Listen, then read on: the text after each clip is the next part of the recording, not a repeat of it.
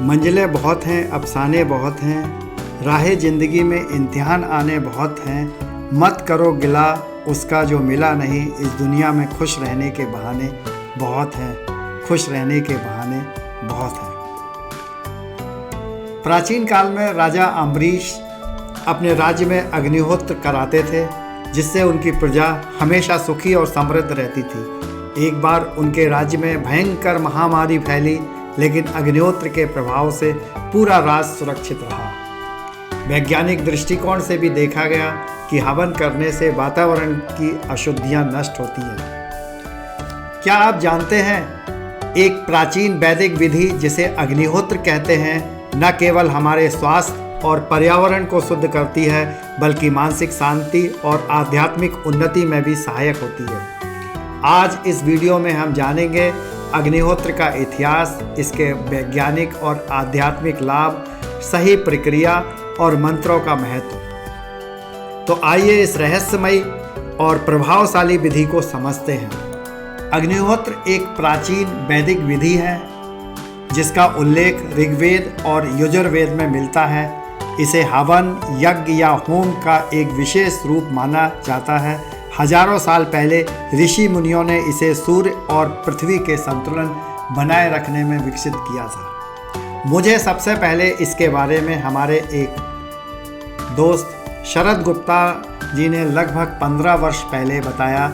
उनके पास कोई महाराष्ट्र से जाजू जी आए और उन्होंने इसके बारे में विस्तृत जानकारी दी। तब से आज तक 15 वर्षों में हम लगातार इसको कर रहे हैं। भारतीय संस्कृति में अग्नि को शुद्धि और ऊर्जा को प्रतीक माना जाता है। अग्निहोत्र केवल आध्यात्मिक क्रिया नहीं, बल्कि एक वैज्ञानिक प्रक्रिया भी है, जिससे वातावरण को शुद्ध किया जाता है। अब बात करते हैं अग्निहोत्र के चमत्कारी लाभों की।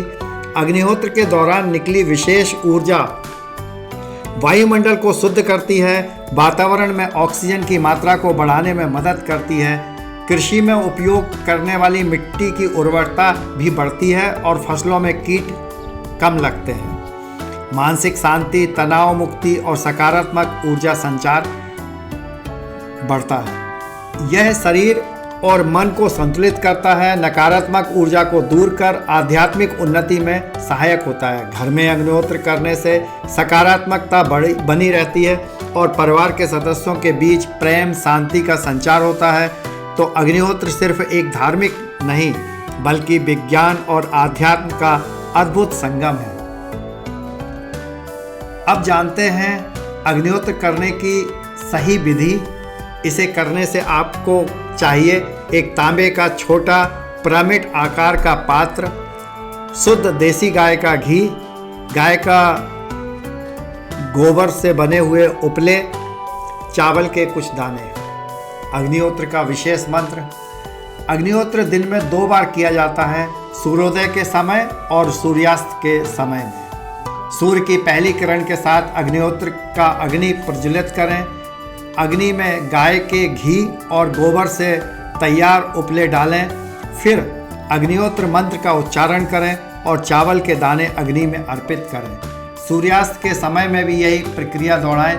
यह बहुत आसान और प्रभावी है, जिसे कोई भी कर सकता है।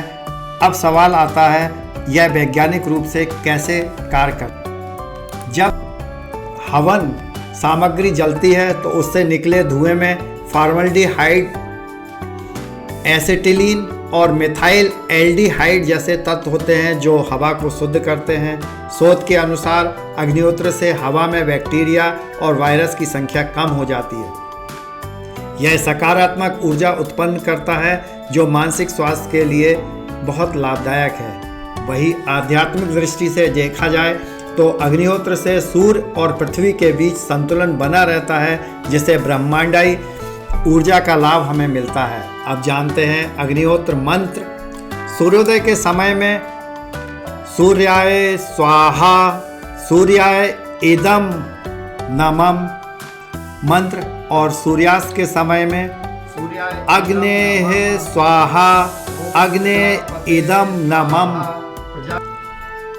तो अग्निहोत्र केवल आस्था नहीं बल्कि एक प्रभावशाली वैज्ञानिक प्रक्रिया भी है। और मैंने इसे सुबह अपने उठने की दिनचर्या से सम्मिलित किया हुआ है। मैं अग्निहोत्र के समय तक स्नान वगैरह सब करके तैयार हो जाता हूँ। इस बहाने मेरी दिनचर्या प्रारंभ हो जाती है जल्दी। तो दोस्तों, अग्निहोत्र केवल पूजा विधि नहीं बल्कि एक संपूर्ण विज्ञान है, जिससे हम पर्यावरण को शुद्ध तो करते ही हैं, मानसिक शांति भी प्राप्त करते हैं और आध्यात्मिक उन्नति कर सकते हैं। अगर आपको यह वीडियो पसंद आया हो तो लाइक करें, कमेंट करें और चैनल को सब्सक्राइब करें। हर घर में अग्निहोत्र करें, जीवन का सुखी और समृद्ध बनाएं। जिंदगी तो सबके लिए वही रंगीन किताब है, फर्क है तो बस इतना, कोई हर पन्ने को ध्यान से पढ़ रहा है और कोई बस पन्ने पलट रहा है,